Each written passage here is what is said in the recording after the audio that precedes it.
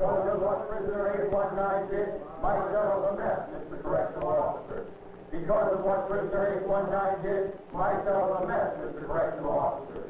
Because of what These are not prisoners, and this is not a prison. They are college students, and they were part of an astonishing experiment. No.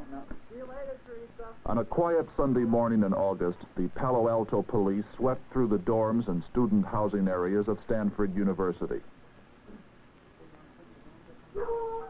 The police were told to duplicate every detail of an actual arrest. Much to the surprise of neighbors and onlookers, each student was formally charged with a serious crime and treated as a dangerous criminal. Okay, you want to get in the car, please, sir? I want to get in the car. At the police station, students were booked and fingerprinted. Then, each was blindfolded and taken to the basement of the psychology building. There, they were led to a simulated prison block consisting of 3 small cells, a narrow hallway, and a closet designed for solitary confinement. This would be their entire world for 2 weeks. First, the prisoners were stripped and forced to stand naked while they were deloused with a spray. Later, they were given a uniform which was simply a dress with a number on the front. Instead of shaving their heads, the prisoners were given tight stocking caps to cover their hair. They were put in their cells and told to sit in absolute silence. The process of humiliation had begun.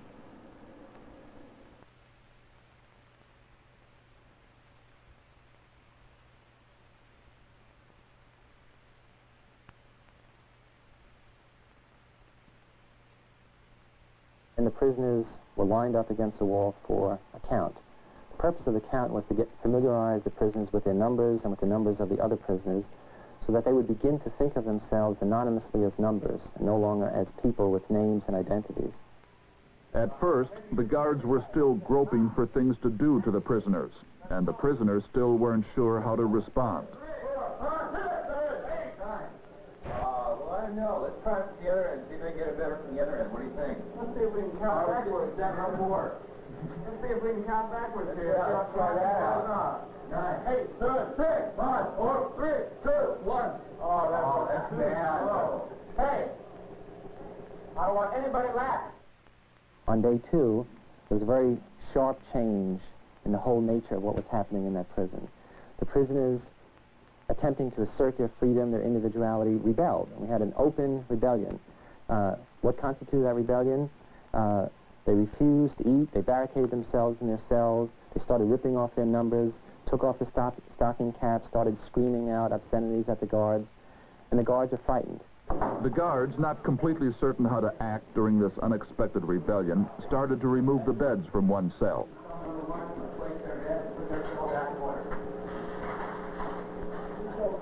The prisoners were equally uncertain. They still felt the prison was a simulation. This is unbelievable. They took our clothes. Hands off the door. They took our bed. Hands off the door. Where's your door? Cell 3, don't let him in. Don't let him in. Don't let him in. Hurry up, Cell 3. Simulation! Violation of the rules. I'm a simulation. It's a simulated experiment. No prison. They'll take your bed and your clothes in prison. They do. After the rebellion was broken, we then have a count. And now the count suddenly takes on new significance. It began with a simple purpose to familiarize the prisoners with the numbers, and now it evolves into a confrontation. The guards showing the prisoners who's boss. They now taunt, humiliate, degrade the prisoners in front of each other, and they exert arbitrary control over the prisoners. The guards were not allowed to beat the prisoners, so they fell back on the familiar military technique of ordering push-ups to humiliate them. You thought that was so funny? You didn't sound it before. No, sir. Did you think it was funny? That was funny. But you didn't smile. Well, get out here and do 5 push-ups. If you didn't smile, you thought it was funny. The guards didn't plan any of their actions, and the prisoners never knew what was going to happen to them next. Officer, if we had a try out our singing voice again tonight. I mean, would you sing something for me? What would you like me to sing, Mr. Correctional Officer? I'd like you to sing numbers 1 through 10. 1, 2, 3, 4, 5. Is that singing? 7, 8, 9. Sounds like he's a boy. Is that singing 493? Is that really singing? Like singing to me, Mr. Correctional Well, you get out here and do 5 push-ups, because I don't think that was singing. Come on, let's go. May I do more, sir? You may do 10 if you'd like. Should I do it until I drop? I didn't ask you. 1, 2, 3, 4, 5, 6. You call those 7, 8, 9, 10. Very good. You see how he did that, boy? That was very good, wasn't it? Wasn't it? Yes, sir. Let me hear you. Yes, sir, Mr. Correctional Officer. By day 3, not only was the rebellion broken, but the guards were exerting control over every aspect of the prisoner's life, telling them when they could go to the toilet, and indeed if they could at all, controlling what they could eat, and even how much, where, and how they should eat. For lunch, you have a choice of loaf or bologna with lettuce. There's 1 salami sandwich for whoever wants that, and there will be apples for dessert. At this point, one of the fascinating things that emerged was the new relationship between prisoners and guards. The guards now fell into their job. Some of them liked it, some of them disliked it, but it was a job that they did. They gave commands, and now what happened is the prisoners followed them, automatically, without questioning, in a servile way. The guards then began to escalate their use of power. Some of them had prisoners clean out toilet bowls with their bare hands, to do things which were really degrading and humiliating. And the prisoners did it without complaining, just did it because this is what they had to do. Things became totally arbitrary. A smile could be rewarded or punished. Whether or not you had a blanket or even a pillow was determined by the arbitrary decision of any one of the guards. Now, this boy here did some good work. He deserves a pillow. 3401 did some nice work. He deserves a pillow. You guys weren't too anxious. Thank you. Now, why is it that you took so long to get to work?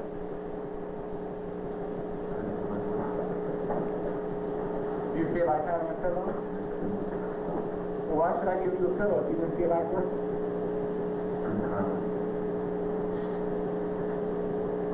Boy, I'll ask you again. Why should I give you a pillow? Because I'm asking you for, Mr. Correctional Officer. But you didn't get around to work until about 10 minutes after everyone else did. Let's see in the future that you do work when you're told. And thank him real sweetly. I sure have that sounded very nasty. Correctional Officer. Say it again. Thank you, Mr. Correctional Say bless you, correction officer. Bless you, Mr. Correctional Officer. Now remember, only 4 days had passed. They were in this prison only 4 days, but that was enough, because their sense of time had been totally altered, and indeed their sense of moral value. So much so that when a prisoner got sick, 819, and before releasing him, I put him in a room to rest, the guard seized this as an opportunity to set the prisoners against each other and had the prisoners chant loud enough so that this poor 819 could hear this, that he was a bad prisoner. I raced into the room once I realized that he could hear this. What I found was a boy crying hysterically, bawling, while in the background his fellows, his other students just like him, were yelling that he was a bad prisoner, that they were being punished because of him. Prisoner 819 is being punished, Mr. Correctional Officer. Prisoner 819 is being punished, Mr. Correctional Officer. Prisoner 819 is being punished, Mr. Correctional Officer. Prisoner 819 did a bad thing. Prisoner 819 did a bad thing. Prisoner 819 did a bad thing. Because of what prisoner 819 did, my cell is a mess. Because of what prisoner 819 did, my cell is a mess. Because of what prisoner 819 did, my cell is a mess. Imagine how he felt. I said, let's leave, and I had already told him the experiment was over for him. He said, no, I can't leave. He couldn't leave, feeling he was a bad prisoner. As a result of prisoner 819's behavior, all the others were forced by the guards to do mass push-ups. Down. Up. Down. Up. Thank you very much for this nice count, Mr. Correctional Officer. By the 5th day, things had gotten so bad that we no longer had a group of prisoners. What we had were individuals believing they were prisoners, struggling for individual survival, no longer caring about their other prisoners or their other fellow students. This really hit home when we observed one of the prisoners, 416, make a last futile attempt to assert his individuality and freedom. He refused to eat. The guards could not get him to eat. So here was a chance for the prisoners to reorganize, to solidify a new act of rebellion. What did they do? They isolated him. The prisoners didn't want to have anything to do with him because he was a bad prisoner. The guards did everything they could. They tried to force feed him. They tried to get the other prisoners to do it. They threatened to cut off visiting hours for the other prisoners if he wouldn't eat. Still, that had no effect. They then took him and put him in a hole, solitary confinement, a small closet, 2 feet by 4 feet, dark, with stench air. He still refused. At this point, he should have been a hero to the other prisoners. Instead, he became a source of trouble. Come on. Get in that closet then.